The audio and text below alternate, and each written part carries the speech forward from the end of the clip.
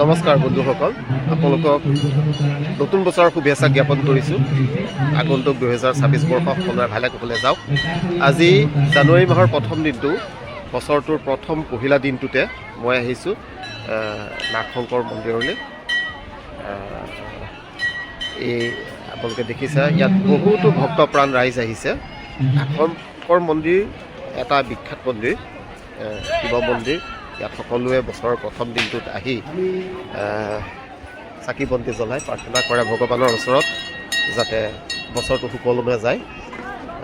খুব সুন্দৰ ব্যৱস্থাপনা নাগশংকৰ মন্দিৰত, আৰু বহুত আহিছে মানুহ। আপোনালোকে দেখিছে বহুত মানুহ আহিছে আজিৰ দিনটোত ভগৱানৰ ওচৰলৈ আহি পেলাই প্ৰাৰ্থনা জনাই ভগৱানৰ ওচৰত আশীৰ্বাদ লয় যাতে বছৰটো ভালে কুশলে যায়।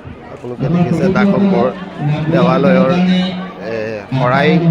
শৰাই বিতৰণ কৰি থকা হৈছে। ইয়াত নাগশংকৰ মন্দিৰত মানুহৰ লাইন শৰাই দিছে আৰু প্ৰসাদ বিতৰণ চলি আছে। আৰু মন্দিৰৰ ভিতৰ ভাগতো আপোনালোকে দেখিব ভক্তপ্ৰাণ ৰাইজে লাইন পাতি আছে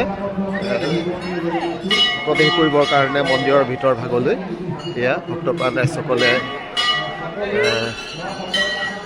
লাইন পাতি আছে, আপোনালোকে দেখিছে।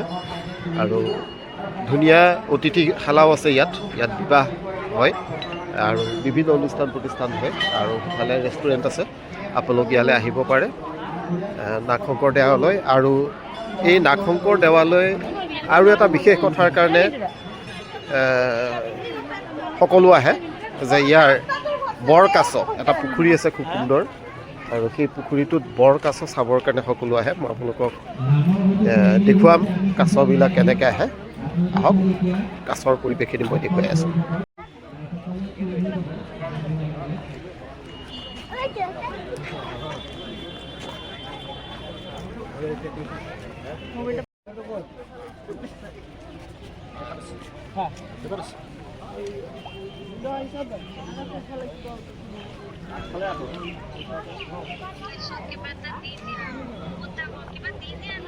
দিলোঁ এতিয়া নাই অনা। মই এই শুকান মাছ দিব লাগে মানে, অনা নাই, বৰ গোন্ধাই যে।